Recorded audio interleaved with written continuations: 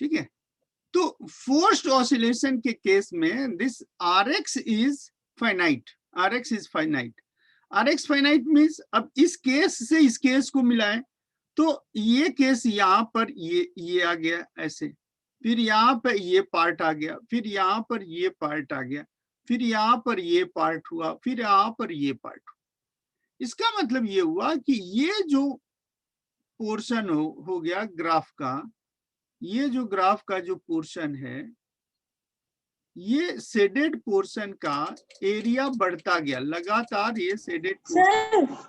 हाँ yes sir, ठंड internal में पूरा सिलेबस आएगा? अभी पहले इसको डिस्कस कर लेते हैं, फिर वी विल सी। ऐसा नहीं होगा, डोंट वरी, ठीक है। so this the shaded sir sorry, network problem है सर। मैंने कहा वो थर्ड इंटरनल में पूरा सिलेबस आएगा मैथ का। it depends upon the teacher, हम नहीं देंगे। Okay sir. हाँ, तो ये 0 है एंड ये एम्पलीट्यूड। तो व्हाट आई वांट टू से कि जब होमोजीनियस था, फ्री ऑसिलेशन का केस हो चाहे डैम्प्ड ऑसिलेशन का केस हो, तो इस तरह का ग्राफ आता है, और जब फोर्स्ड ऑसिलेशन है तो ग्राफ इस तरह का हो गया। तो ये जो शेडेड पोर्शन क्या रिप्रेजेंट करता है? Loss of energy, this is loss of energy. तो जो लॉस ऑफ एनर्जी हो रहा है हर ऑसिलेशन में, उसको फोर्स्ड ऑसिलेशन का पार्ट जो है एनर्जी सप्लाई करता है, एक्सटर्नल एनर्जी का सप्लाई करता है, ठीक है। तो पहला स्टेप क्या करते हैं कि होमोजीनियस इक्वेशन से हम एक सोल्यूशन निकाल देते हैं। और क्या सोल्यूशन यहाँ पे निकला था? y x is equal to c1, जो इसके जस्ट पहले निकला था, that is c1 y1 x plus c2 y2 x। ये this was the general solution of the homogeneous equation. अब उसके बाद किसी पॉइंट पर, है ना, ट्रेवल सॉल्यूशन हो गया, फिर ग्रीन फंक्शन। ग्रीन फंक्शन के कहेंगे कि दिस एल ऑपरेटर यदि जी एक्स ए पे ऑपरेट हो गया तो there is a delta function, है ना। अब डेल्टा फंक्शन का आ गया कि वहां पर एक पर्टिकुलर पॉइंट है जिसके ऊपर ग्रीन फंक्शन, क्या हमने कहा, टेलीस्कोपिक फंक्शन इसको कहते हैं। टेलीस्कोपिक फंक्शन का मतलब दूर में किसी एक पॉइंट पर उसकी वैल्यू को देखना चाह रहे हैं, तो वो दूर की किसी वैल्यू पर देखने के लिए जो पॉइंट आ गया, वहां से डिरॉक डेल्टा के रूप में कन्वर्ट हो गया। This is the speciality of the green function. तो स्टेप 1 तो ये हो गया। स्टेप 2 में क्या करते हैं? It is continuity, check the continuity. और कॉन्टिन्यूटी में ये कह दिया कि limit, this is the limit x tends to a minus of gxa must be equal to limit, यदि कॉन्टिन्यूटी है तो ये स्थिति बनेगा। और दूसरा, और स्टेप 3 क्या है? स्टेप 3 कह रहे हैं कि यदि कॉन्टिन्यूटी नहीं है, डिसकॉन्टिन्यूटी है, इफ इट इज डिसकॉन्टिन्यूटी, तो there is a limit x tendings to a minus del g by del a minus limit x tendings to a plus del g by del a is equal to 1 upon a2 of a. This is the amount of discontinuity. How much amount of discontinuity will exist? So we will take the care of this equation. ठीक है। और इस equation और इस value से जो हम general equation लिए थे ग्रीन फंक्शन का, उसको आइडेंटिफाई करते हैं। a1 a2 क्या है? a1 a2 b1 b2, ये जो दो कोफिशिएंट्स थे, इन कोफिशिएंट को आइडेंटिफाई करते हैं और उससे एक एक्सप्रेशन को निकाल लेते हैं, है ना। आपने कई प्रॉब्लम सॉल्व किया है इस तरह से, डिफरेंशिएट करके उसकी लिमिट को सब्स्टिट्यूट करके उसके कोफिशिएंट्स की वैल्यू को प्राप्त करना। अब हम यहाँ पर जैसे हमने एक स्पेसिफिक एग्जाम्पल भी ले लिए हैं, तो उस स्पेसिफिक एग्जाम्पल की वजह से suppose rx is equal to the simplest function sin x. Sin x ले लेते हैं. Then the differential, then the differential equation can be expressed as, differential equation is expressed as, this is yx is equal to, from a to b, yx is equal to a to b, r of a into green function of xa into dA. So limit क्या है 0 to 1. Limit क्या है 0 to 1 in the given example, because y 0 is 0 and y dash 1 is equal to 0. So limit is 0 to 1. And then RA and then GXA DA. अब sin x हो गया, तो what is the value? That is 0 to A, and here Rx is equal to sin x, yeah, sin A. And then G of this is delta, this G of delta is, that is 0 to A, sin A into this is minus A, where we have to take the limit 0 to x dA plus x to 1 sin A of minus A dA. So the value of this g x a green function की जो value है 0 से x में -1 हुआ left hand side, और 1 x to a में right hand side में this is -x. ठीक है. So what we find here, y of x में इंटीग्रेट करिए, this integrate is 0 to x sin A into minus A dA plus x to A sin x into minus x dA. You see, you have to differentiate this with respect to A.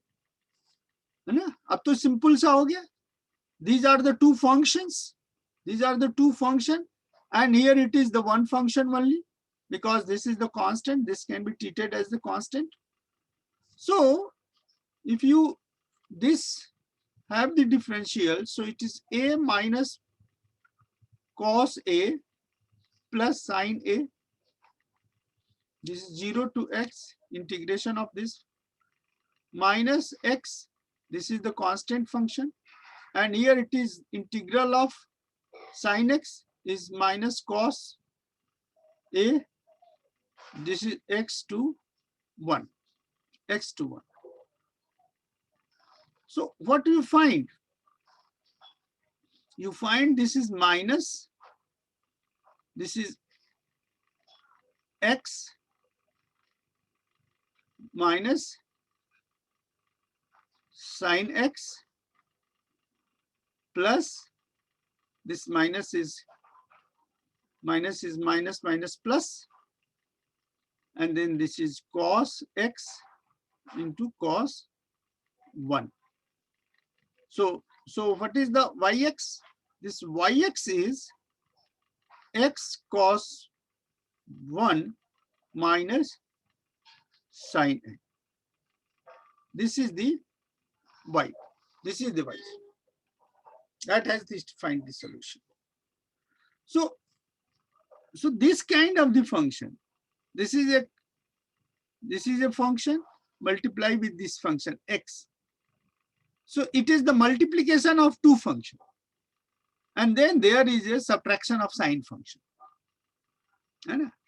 If you want to see this, how it varies simultaneously, then you have to go on the MATLAB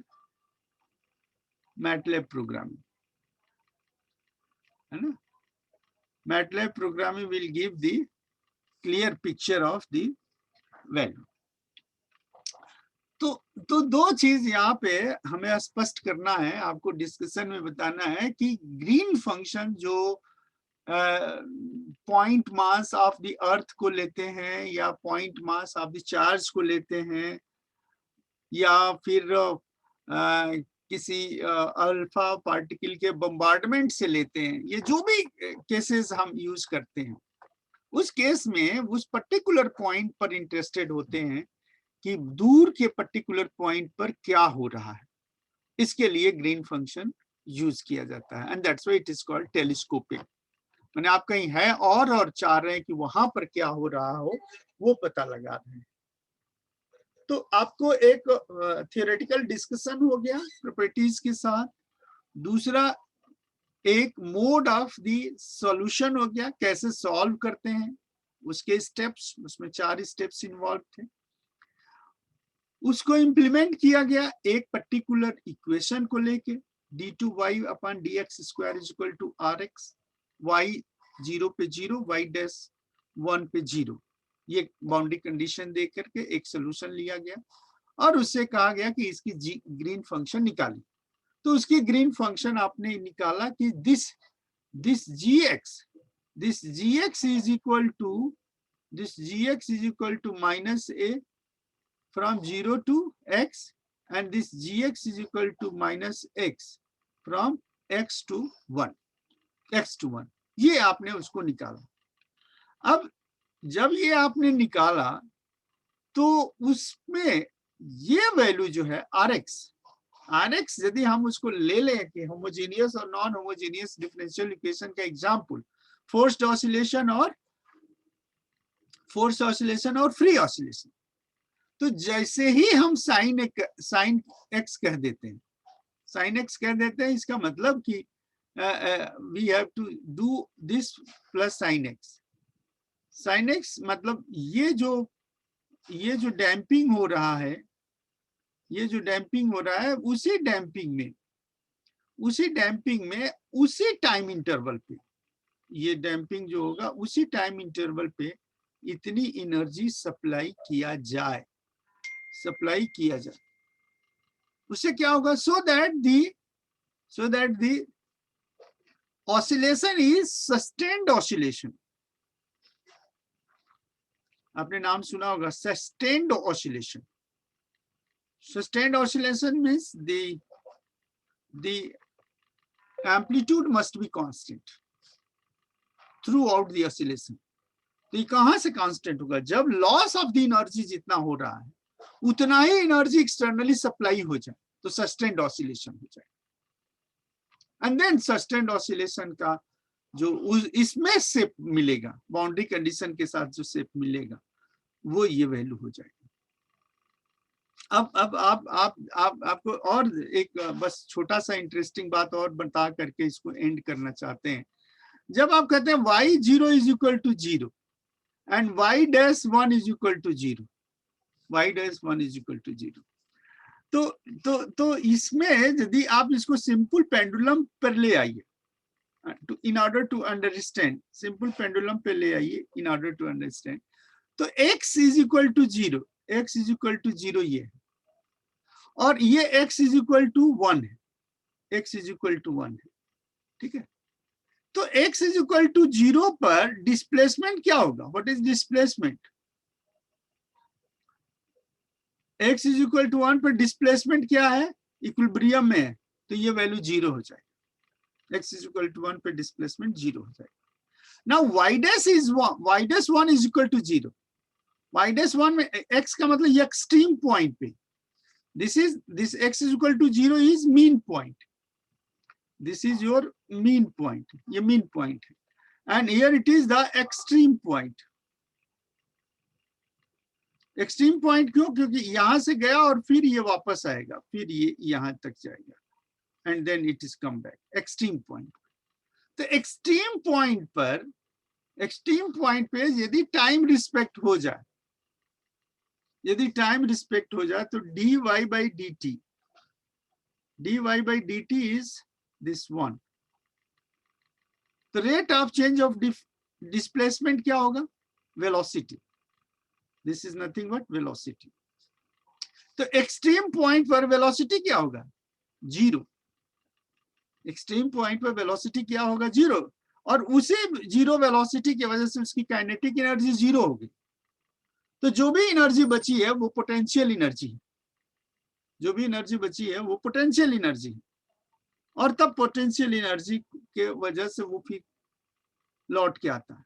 और at x is equal to zero, that is mean position पर उसकी potential energy जीरो हो जाती है, लेकिन there is a maximum kinetic energy. तो ये जो दो बाउंड्री कंडीशन दिया गया है, इस बाउंड्री कंडीशन को यदि समझना है तो आप इसको मान के चलिए, this is your displacement and here it is the velocity. rate of change of displacement, rate of change of displacement is nothing but it is velocity। तो एक्सट्रीम पॉइंट पर वेलोसिटी जीरो है और मीन पॉइंट पर displacement zero है। This one is the physical significance of the given equation. और sin x क्यों ले लिया? sin x हमने जानबूझ करके इसलिए ले लिया कि sin x लेने की वजह से हम कह सकते हैं कि applied force is a periodic force. Applied force is a periodic force. So the oscillation is the motion is a periodic. So for sustained oscillation, we have to supply the sustained force. Sustained oscillation, sustained force. So this one is the discussion regarding the given equation. जो भी हमने problem solve किया है, उसका ये sustained oscillation. And this is all about the discussion that we required for the green function. And this is the end of the mathematical physics from my side. So I have discussed you Laplace transformation, Fourier transformation, and complex analysis, and then it is green function. Then it is green function. And the rest of the part that we have discussed, the other member of the faculty. So this is the end, and before saying good luck, I want to have some questions if you have. So आप अपना question पूछ सकते हैं, if any doubt, if any query.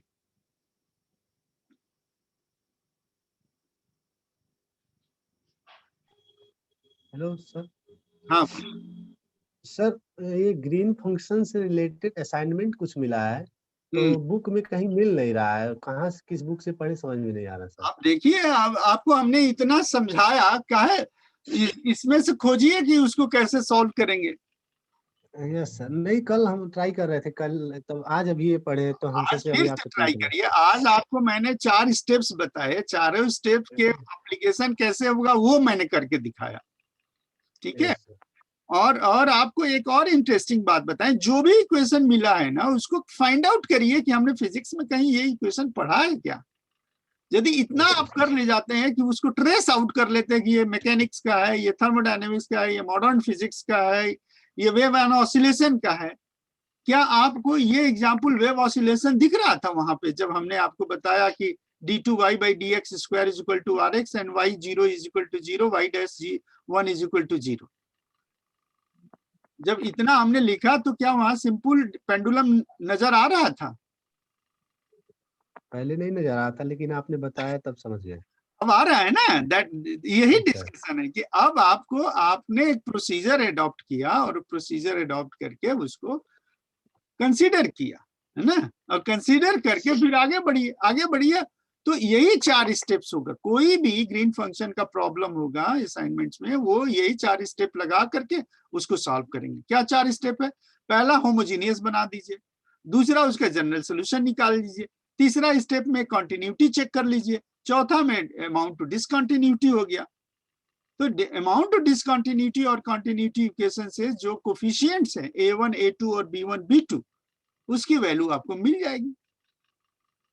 तो जैसे उसकी value मिल जाएगी तो आपका इक्वेशन बन गया। तो एक ग्रीन फंक्शन आपको निकल जाएगा इस पॉइंट से लेफ्ट और उस पॉइंट से राइट। ठीक है। Okay sir. अब एक चीज और देखिए और इंटरेस्टिंग बता दें। ये GX, ये ग्रीन फंक्शन है ना, दिस ग्रीन फंक्शन GXA, और ये -a आया है, ठीक है, और ये -x आया है। तो -a is constant, -a is constant. मान लीजिए कि इस तरह का कोई फंक्शन है तो एक कांस्टेंट फंक्शन हो गया, और x क्या है, x तो वेरिएबल हो गया, x तो इस तरह का फंक्शन हो गया। तो constant function with very function, ठीक है। तो उस रेंज में उतना कांस्टेंट हो रहा है, उसके बाद वेरिएबल वेरी हो रहा है। Are you getting my point? कि जो दो Yes, sir. इंटरवल हो रहा है, एक इंटरवल में तो कांस्टेंट है और दूसरे इंटरवल में वेरिएबल है। एक इंटरवल में कांस्टेंट है और दूसरे में वेरिएबल है। अब इसी दो स्टेटमेंट को ले आइए सिंपल पेंडुलम। तो सिंपल पेंडुलम ये कहता है कि यदि ओवरऑल एनर्जी की बात करें, kinetic plus potential is constant, kinetic plus potential is constant, लेकिन उस कांस्टेंट में काइनेटिक एंड पोटेंशियल वो लगातार वेरी करता है। काइनेटिक पोटेंशियल में, पोटेंशियल काइनेटिक में इंटरचेंज होता है। Is it clear? Yes, sir. Sir हाँ बोलिए। सर इसके नेक्स्ट टर्म में देखिए, सेकंड इंटीग्रल में सर यहाँ पे तो x कांस्टेंट होगा ना? हाँ उसमें x कांस्टेंट है। इंटीग्रेट हम dA के रिस्पेक्ट में कर रहे हैं ना, ये dA के रिस्पेक्ट में। Yes sir. तो ये x कांस्टेंट हो गया, इसीलिए तो इसको बाहर निकाल करके केवल इसको लिख दिया। यहाँ पर a वेरिएबल है, क्योंकि ये a है, ये a है और ये a है, तो a के रिस्पेक्ट में, इसलिए ये फर्स्ट इंटीग्रल, सेकंड और उसके बाद डिफरेंशिएट करके लिए, इसलिए ये फंक्शन आया है। Yes sir. ठीक है। तो सर अब ये जो बाउंड्री कंडीशन दी हुई है, हाँ आपने बताया इसके लिए सिंपल पेंडुलम का एक एग्जांपल है, तो सर वो मैग्नेटाइज और डीमैग्नेटाइज वाला जो प्रॉब्लम एग्जांपल बताया वो भी सर इसके लिए अप्लाई हो सकता है? हाँ क्यों नहीं, मैं वो उसके मैथमेटिकल इक्वेशन दूसरा होगा ना, उसके लिए मैथमेटिकल इक्वेशन दूसरा होगा, उसके लिए मैथमेटिकल इक्वेशन को आपको अलग से डिस्कस किया जाएगा। उसकी मैथमेटिक्स जो होता है वो मैं उसका नाम अभी नहीं लेना चाहता हूँ, क्योंकि वो क्वांटम मैकेनिक्स से निकलेगा। आप समझ रहे हैं? उसकी पोटेंशियल बेल बनेगा और उस पोटेंशियल में इलेक्ट्रॉन ओरिएंट, ओके सर। ठीक है। सर L जो है यहाँ पे डिफरेंशियल ऑपरेटर है, तो ये किसी भी ऑर्डर का हम ले सकते हैं यहाँ पे? नहीं, जो दिया होगा वही लेंगे ना, d2y। जैसे कि अगर हमें लाप्लास ऑपरेटर पे यूज करना है तो उसको भी similar? Yes yes yes, Laplace का नाम ले लिया ना आपने, तो वो तो 3 डायमेंशनल ऑपरेटर हो गया। लाप्लास जो है 3 डायमेंशनल। अब वही चीज अभी जो इन्होंने कहा है कि मैग्नेटाइज डीमैग्नेटाइज, वो लाप्लास में चला गया, वहां ब्रिलियंस जोन बनेगा। ठीक है, ब्रिलियंस जोन का हम नाम नहीं लेना चाहते थे, लेकिन ब्रिलियंस जोन का वो बनेगा डेल ऑपरेटर, है ना। तो ये तो एक सिंपलेस्ट एग्जांपल लेकर के हमने आपको वो चीज को एक्सप्लेन किया जो आप जानते हैं। एक्सप्लेन में चीजें तब ज्यादा समझ में आती है जब बैकग्राउंड में आपको पहले से इंफॉर्मेशन हो, और फिर हम कोरिलेट करके बता दें कि देखिए इस तरह की चीजें आप पहले कहीं पढ़ चुके हैं, तब आपको लगेगा कि हाँ हाँ। तो सिंपल प्रॉब्लम्स को आप यदि बड़े टेक्निक से समझ गए हैं तो बड़े टेक्निक्स का बड़े प्रॉब्लम पे अप्लाई कर सकते हैं, मेथड तो वही रहेगा। ठीक है, जो भी यस सर। असाइनमेंट मिले हैं उसको ट्राई करिए। ठीक है, उसको ट्राई करिए, क्योंकि ग्रीन फंक्शन यही थोड़ा खत्म हो रहा है। आप यदि रिसर्च पेपर्स के रूप में जाएंगे तो सबसे ज्यादा ग्रीन फंक्शन पे पेपर पब्लिश्ड मिलते हैं। क्यों? क्योंकि this was a unique techniques that we have. अभी आप जो स्कैटरिंग पढ़ेंगे क्वांटम मैकेनिक्स में, स्कैटरिंग पढ़ लिए कि नहीं पढ़े? नहीं सर, अभी नहीं पढ़ा। हाँ, तो वो सेकंड सेमेस्टर में पढ़ाया जाएगा। यदि Yes, sir. स्प्लिटिंग है तुरंत ग्रीन फंक्शन आएगा वहां, है ना। तो ग्रीन फंक्शन का बैकग्राउंड क्लियर हो गया तो वहां समझने में आपको काफी आसानी मिलेगी। ठीक, एनीथिंग एल्स?